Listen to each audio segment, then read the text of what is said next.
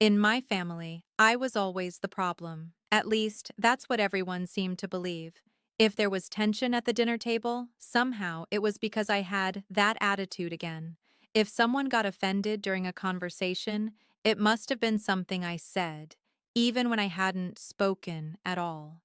And if a family gathering ended awkwardly, there was always someone who would sigh and say my name like it explained everything. "Why do you always have to make things difficult?" my Aunt Karen would say, shaking her head like she was deeply disappointed in me. The strange thing was, I rarely did anything at all. I learned very early in life that in my family, perception mattered more than truth. Growing up, my parents loved to tell people that I was the emotional one. My mother would laugh about it when relatives visited. "She's always been dramatic," she'd say, waving her hand dismissively as if I were a silly child making a scene. My father usually didn't say much, but when he did, it was worse. He'd look at me with that tired expression and say, "You just make life harder than it needs to be." When you hear things like that often enough, especially as a kid, you start wondering if maybe they're right. Maybe I was too sensitive. Maybe I overreacted. Maybe I really was the problem. Meanwhile, my older brother Daniel could do almost anything and still be considered the golden child. When he wrecked his first car at 19, everyone joked about how boys would be boys. When he lost his second job in a year because he showed up late too often, my mom said he just hadn't found the right opportunity yet. When he borrowed money from my parents, again, and never paid it back, my dad shrugged and said, "He'll figure it out eventually." But if I forgot to call my mom back the same day, suddenly I was selfish. If I disagreed with someone during a conversation, I was starting arguments. If I chose not to attend a family event because I had work or was exhausted, I was pulling away from the family. No matter what happened, the narrative always circled back to me. The black sheep. I didn't even realize when that label had officially attached itself to my name. It must have happened slowly, like a stain spreading across fabric until it became impossible to remove. Family gatherings were the worst. Every holiday, birthday, or reunion followed the same pattern. At first, everything would seem normal. People would hug, laugh, and talk about work, relationships, and whatever drama had happened since the last time everyone got together. But sooner or later, someone would bring up a story about something I supposedly did. "Remember when she stormed out of Christmas dinner that one year?" my cousin Leah would say. What she never mentioned was that she had spent an hour making jokes about my job and calling it cute but not a real career. Or my Aunt Karen would say something like, "She's always been the difficult one, even as a kid." Everyone would nod as if that statement explained everything, and the strange thing was, after hearing it enough times, even people who weren't there started to believe it. I remember one Thanksgiving when a distant relative I barely knew pulled me aside and said, "You know, families can be hard, but you shouldn't fight with them so much." I stared at her, confused. "I don't fight with them," I said quietly. She gave me that polite smile people use when they think you're in denial. "Of course," she replied, patting my arm gently. That was the moment I realized something unsettling. The story about me had already been written, and I wasn't the one holding the pen. For years, I tried to fix it. I tried being more agreeable. When someone said something unfair or rude, I would laugh it off instead of defending myself. If someone blamed me for something I didn't do, I would calmly explain the truth instead of getting upset, but somehow that made things worse. When I defended myself, I was arguing. When I explained the truth, I was making excuses. When I stayed quiet, they'd glance at each other knowingly and say I was being cold again. There was no version of me that they didn't twist into something negative. My mom had a phrase she loved to repeat whenever tension appeared. "Why can't you just be easier, like your brother?" She would say it with a sigh, like she was exhausted by me. Daniel, of course, loved that comparison. He'd grin across the table like he had just won something. Sometimes he'd even add his own commentary. "You've always taken things too seriously," he'd say. "Learn to relax." I used to wonder what it must feel like to live in a world where your mistakes were seen as harmless and your intentions were always assumed to be good. Because in my world, it was the opposite. Every word I said was examined, every reaction I had was criticized, and eventually, the weight of constantly defending myself became too heavy. One night after a particularly awful dinner at my parents' house, I sat in my car for almost 20 minutes before driving home. I replayed the evening in my mind. My Aunt Karen had made a comment about my job being unstable. Daniel had joked about how I'd probably switch careers again in a year. When I tried to explain that I was actually doing well, my dad interrupted with a sigh and said, "You're getting defensive again." The conversation had ended with everyone looking at me like I had ruined the mood. Sitting in my car that night, I finally understood something. It didn't matter what I said. They had already decided who I was. Arguing with them was like trying to convince people that the sky wasn't blue. No matter how much evidence you presented, they would still see what they wanted to see. So slowly, over time, I stopped trying. I stopped explaining, stopped defending myself, stopped correcting the stories.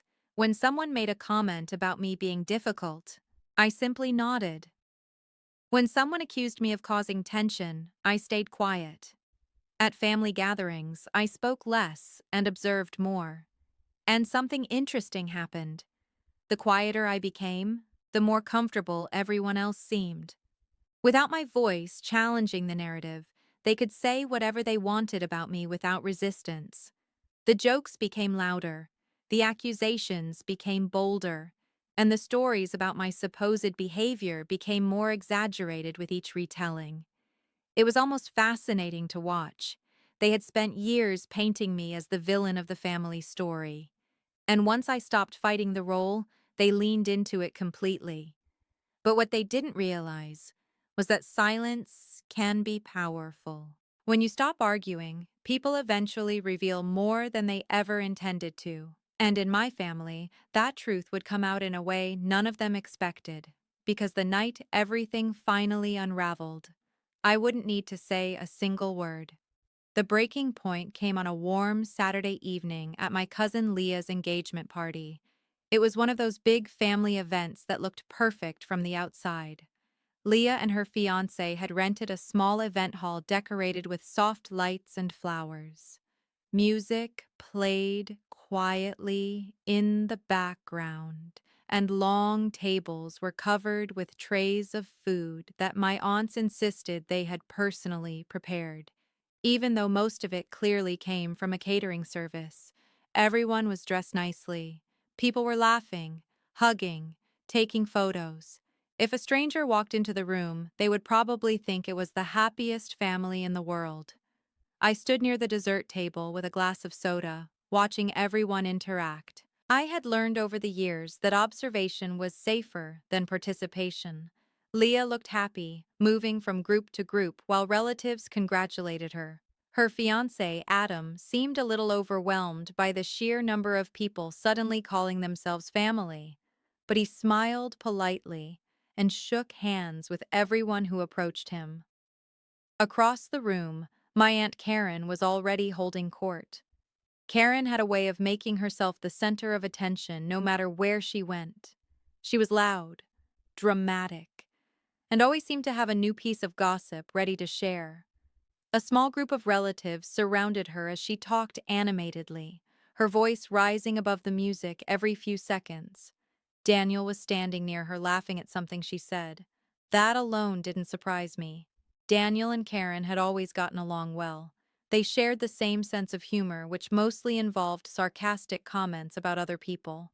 I tried to ignore them and focused instead on cutting a small slice of cake. For the first hour or so, the evening went smoothly. I spoke briefly with a few cousins, congratulated Leah, and even managed to enjoy a quiet conversation with my grandmother about her garden. For once, Nothing dramatic was happening. That should have been my first clue something was about to go wrong. I was placing my empty plate on the table when I noticed Karen walking toward me. Her expression was strange. Not her usual smug smile. Not her performative laughter.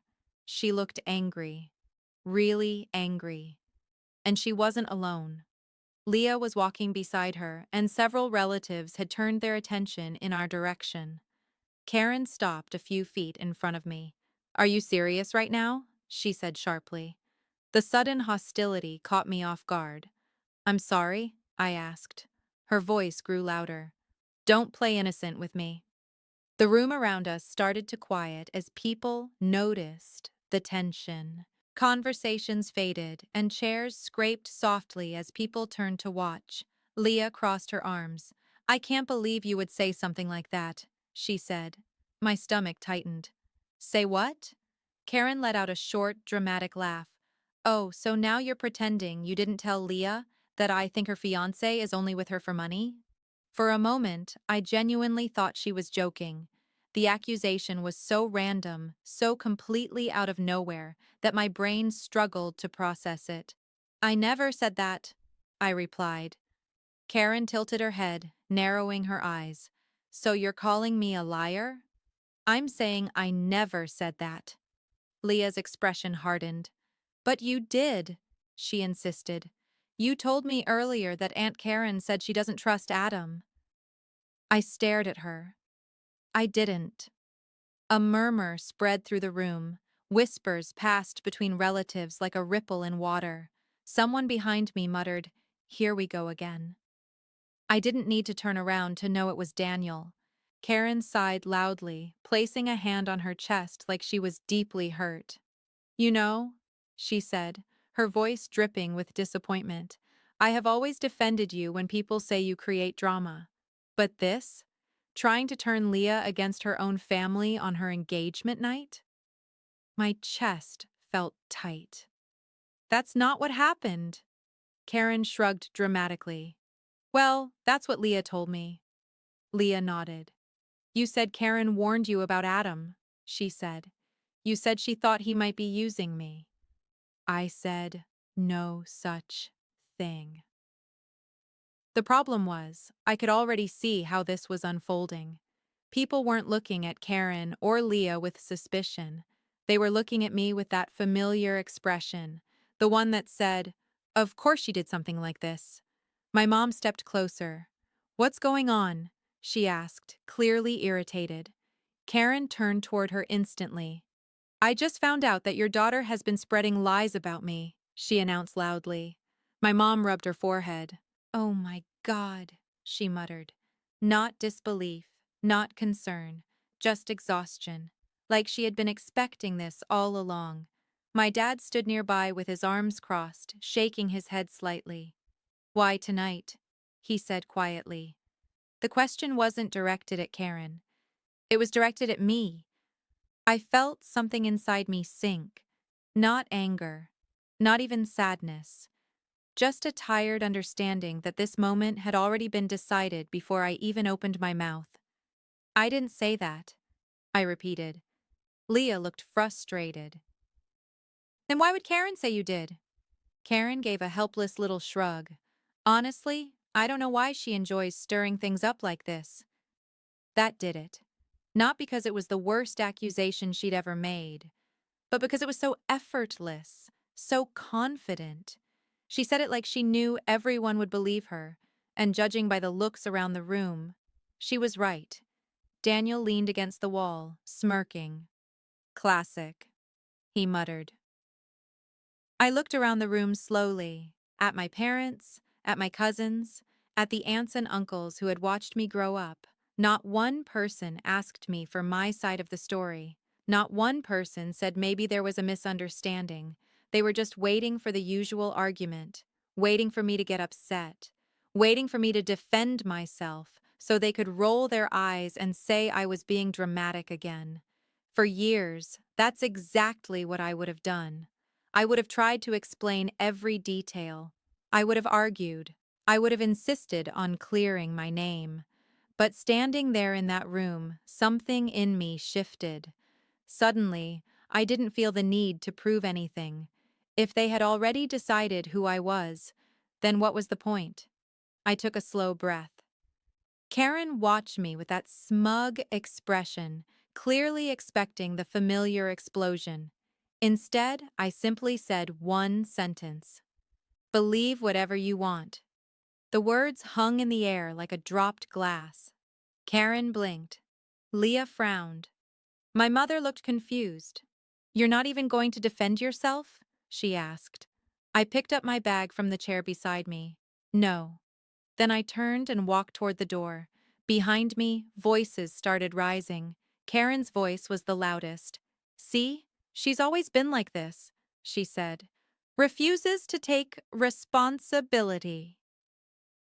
Someone sighed. Someone else laughed awkwardly. But I didn't stop walking.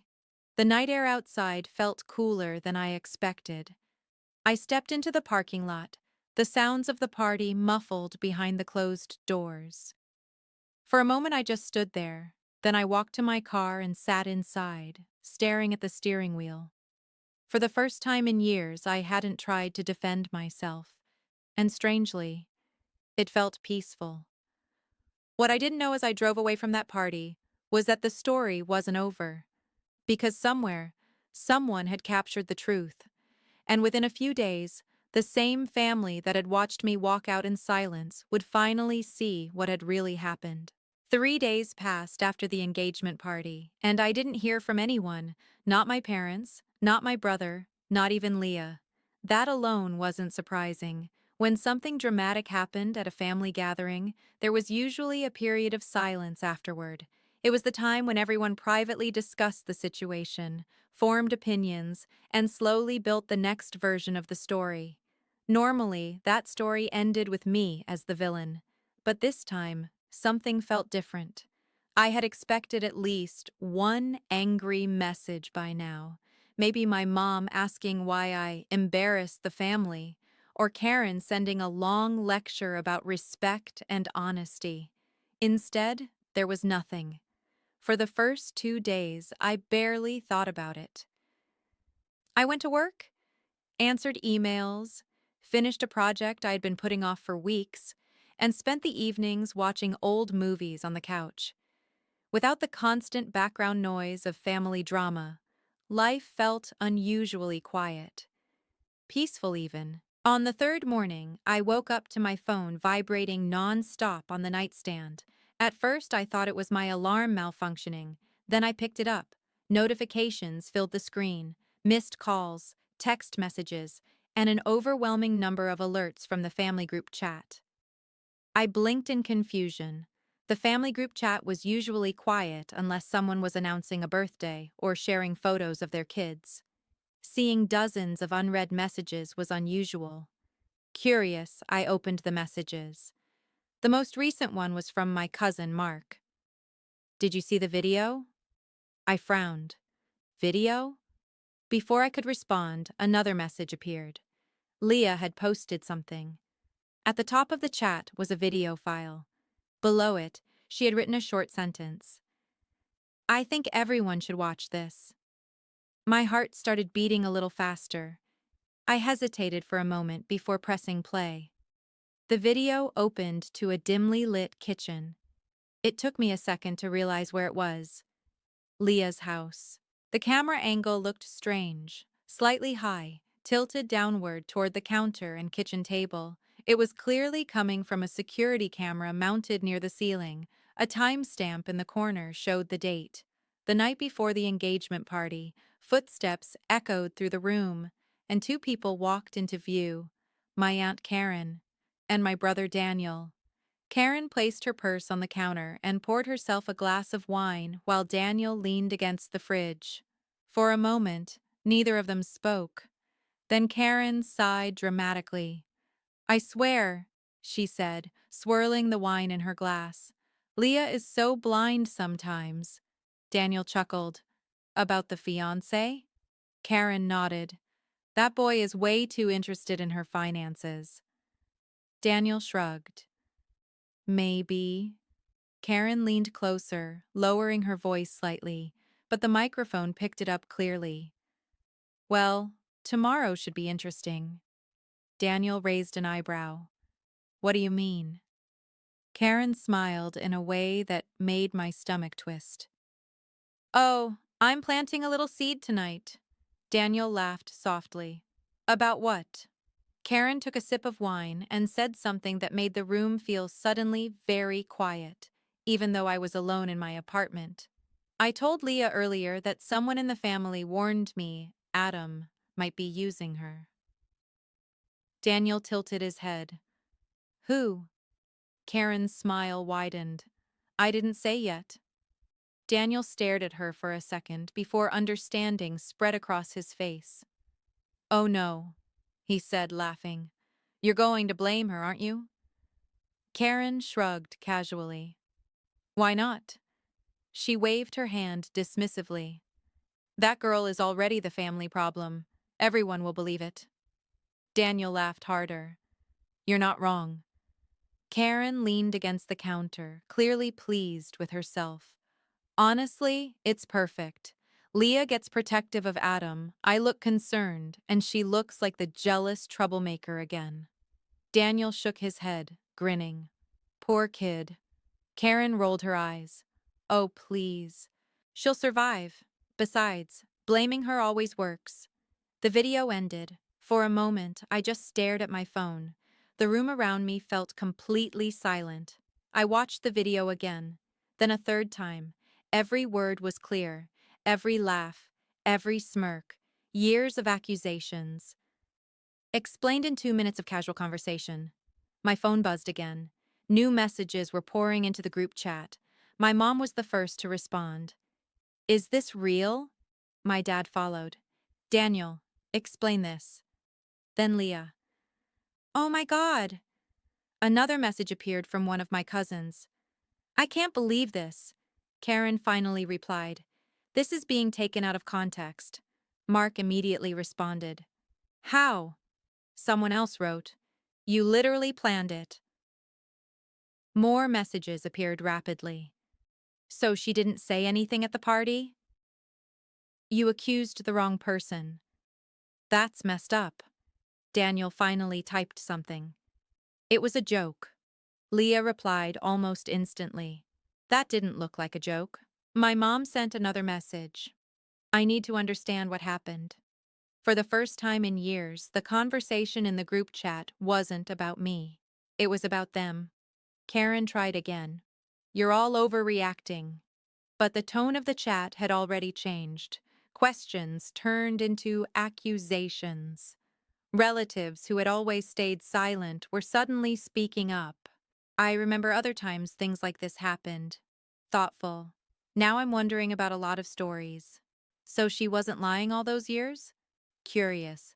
I sat there, scrolling through the messages slowly, not typing, not reacting, just watching.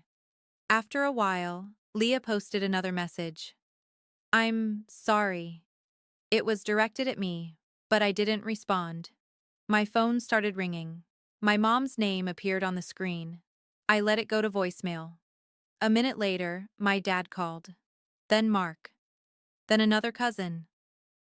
The same people who had watched me walk out of that engagement party without defending myself were now desperately trying to reach me.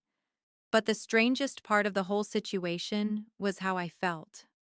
I expected anger, or satisfaction, or maybe even relief. Instead, there was just a quiet sense of clarity. Sighs. For years, I had tried to prove that I wasn't the person they thought I was. I had argued, explained, defended myself, and pleaded for them to listen. None of it had worked. And yet the truth had come out in the simplest way possible. Not through an argument, not through a confrontation, just through two people talking when they thought no one else was listening.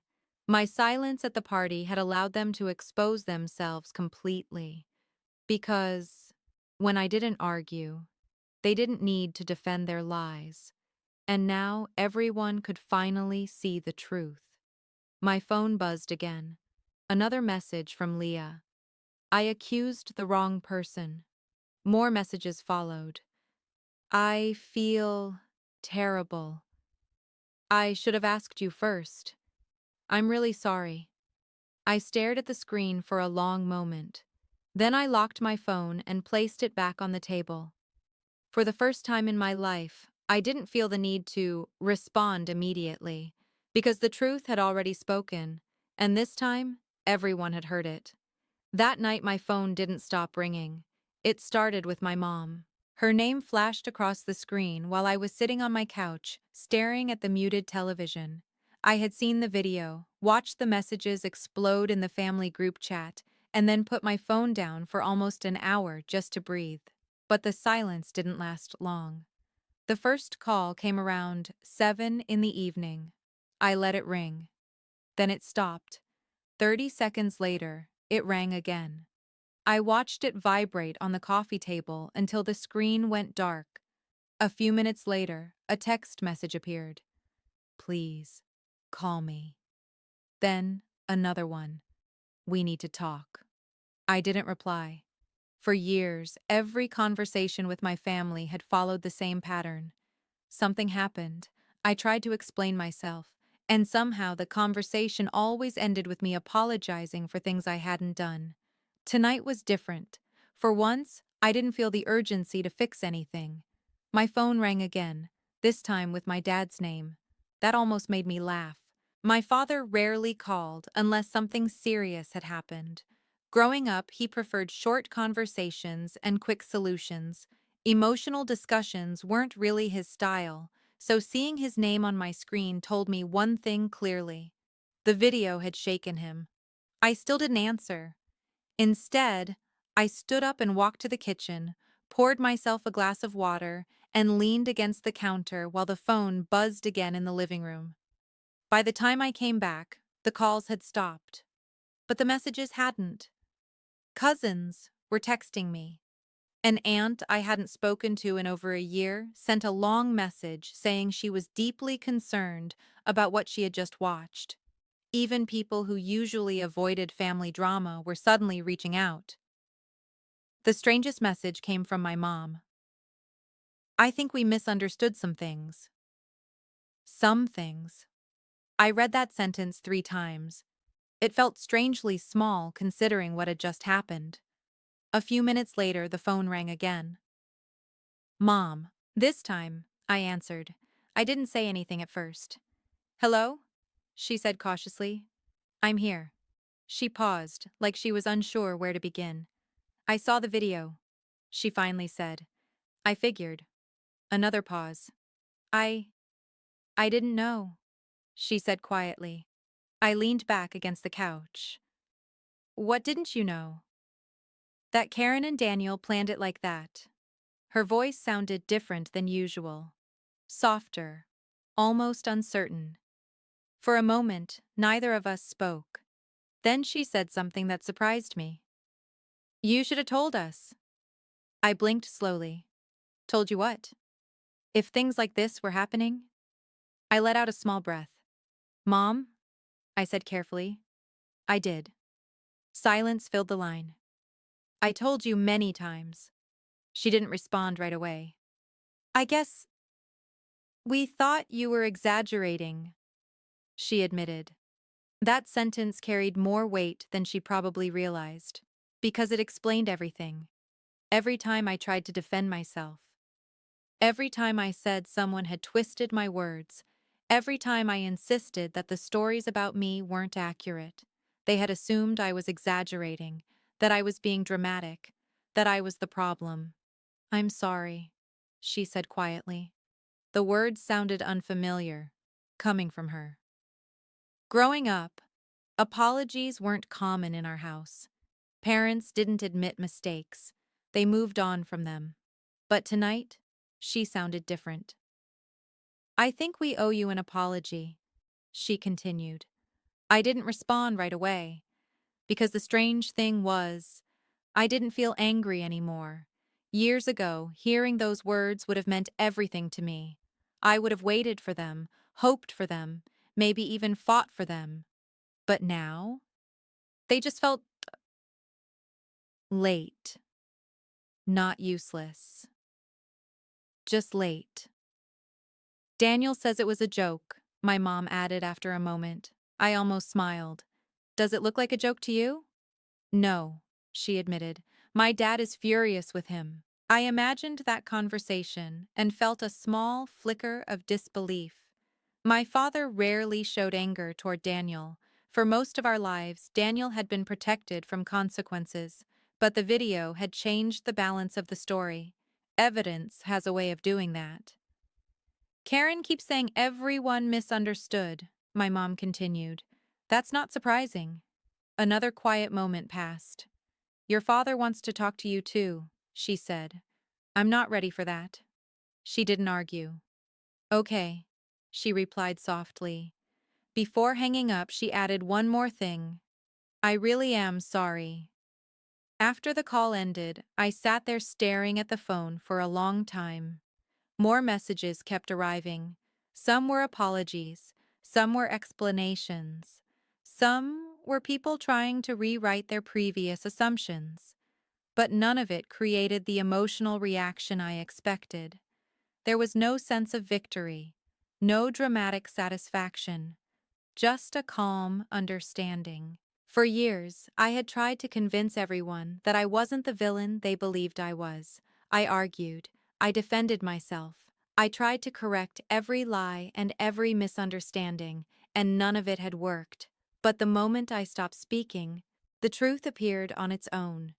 Not because I forced it, not because I proved it, because the people who created the lies eventually revealed them themselves. Later that night, my phone rang again. This time, it was Daniel. I stared at his name on the screen.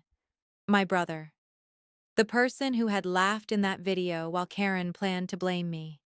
The person who had watched years of accusations and never corrected them. I let it ring. It stopped. Then a message appeared. Can we talk? I didn't respond. Another message arrived a few minutes later. It got blown out of proportion. That one almost made me laugh. Blown out of proportion.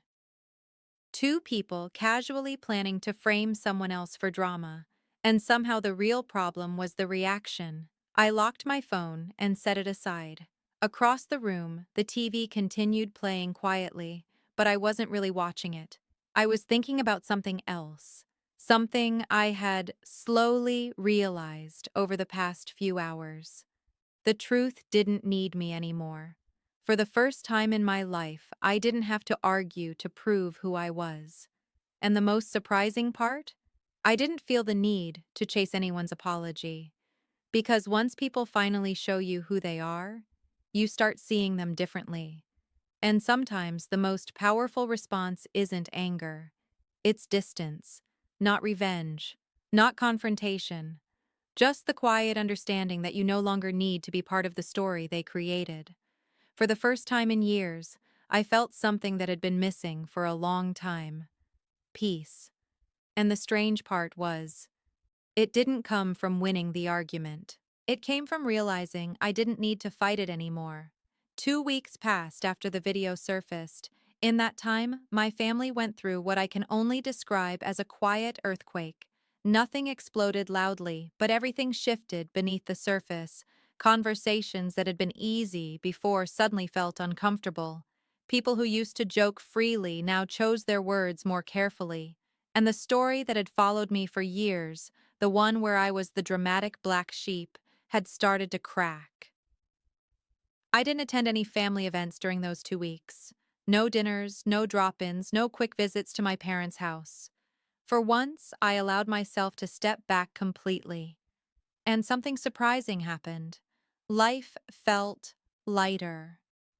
Without the constant need to defend myself or prepare for the next passive-aggressive comment, my days felt calmer. I focused on work, spent time reading in the evenings, and met a friend for coffee without checking my phone every few minutes to see if someone from my family was texting me about another problem. The distance gave me space to think, not just about the video, but about everything that had come before it. All the small moments that had slowly built the role I played in my family. The jokes about me being too sensitive. The times people laughed when I tried to explain myself. The way every conflict somehow found its way back to me. It was strange how clearly things made sense when you stepped outside of them. 2 weeks later, my phone rang again. It was my mom. I stared at the screen for a moment before answering. Hello? Her voice sounded careful. Hi. I hope I'm not interrupting. You're not. There was a short pause, the kind that happens when someone is trying to approach a sensitive topic. We're having dinner on Sunday, she said finally. Okay. Everyone will be there. I didn't respond immediately. I already knew what she meant by that sentence. Everyone, my dad, Daniel, Karen, Leah, the cousins, the same people who had watched me leave the engagement party 2 weeks earlier without saying a word. They all want you to come, my mom added. I leaned back in my chair. It was interesting how quickly the tone had shifted. Before the video, no one would have called to personally invite me to something like that. If I showed up, I showed up. If I didn't, someone might make a sarcastic comment later about how I was avoiding the family again. But now the invitation sounded almost hopeful, like they were trying to repair something. What for? I asked. Just dinner, she said. But we both knew it wasn't just dinner. It was going to be an apology gathering, a reconciliation attempt, an opportunity for everyone to reset the story. I imagined walking into that house. Everyone would be slightly awkward at first. Karen might avoid eye contact. Daniel would probably try to act casual, like nothing had happened. Someone would eventually bring up the video. Someone would say they regretted the misunderstanding, and the evening would end with everyone pretending the past had been a simple mistake. And then, things would slowly return to normal. That thought sat heavily in my chest. Not because I wanted revenge, but because I suddenly realized something important. Normal wasn't good for me. Normal was the system that had allowed years of blame and accusations to exist in the first place. My mom waited quietly on the phone. So? She asked gently. Will you come? I took a slow breath. 2 weeks earlier, I might have said yes immediately. Back then, I still believed fixing the family dynamic was my responsibility, but something had changed. I think I'm going to pass, I said. There was a long pause. Pass? She repeated. Yes. Just this once? No, I said quietly. I think I'm done for a while. She sounded confused. Done with dinner? Done trying to fit into something that doesn't work. Another silence stretched across the phone line. I don't understand, she admitted. I know. I chose my words carefully. For years, everyone believed I was the problem, even when I tried to explain things. That was before. I know it was before the video, I said gently. She didn't interrupt. But the video didn't create those years, I continued. It just proved something I'd been saying the whole time. She exhaled slowly. We're trying to fix it now. I appreciate that. And I meant it. But appreciation wasn't the same as healing. It just doesn't erase everything, I added. My mom's voice softened. So you're walking away from the family? The question sounded heavy, like she expected anger behind my decision. But I didn't feel angry. I'm just choosing some distance, I said. Distance can turn into permanent. Maybe, I admitted. Another long pause passed between us. Finally, she said something quietly. I wish we had listened to you sooner. I closed my eyes for a moment. Me too.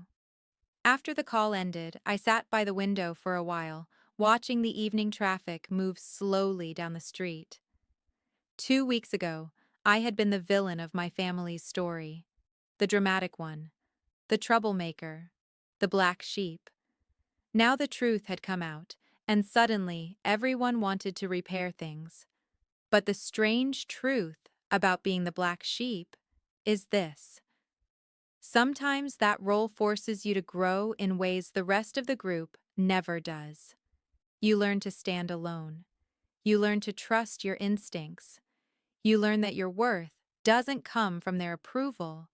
And once you learn those things, it becomes very hard to go back. A few days later, the family dinner happened without me. I saw a few photos posted online, smiles around the table, people trying their best to look normal. For the first time in my life, I didn't feel guilty for not being there. Instead, I felt something better: freedom. Because being the black sheep isn't always a curse. Sometimes it just means you were the only one brave enough to step outside the story everyone else believed. And the most satisfying part? I didn't need revenge. I didn't need a dramatic confrontation. I didn't even need to prove them wrong. The truth had already done that. All I had to do was stop fighting and let it speak.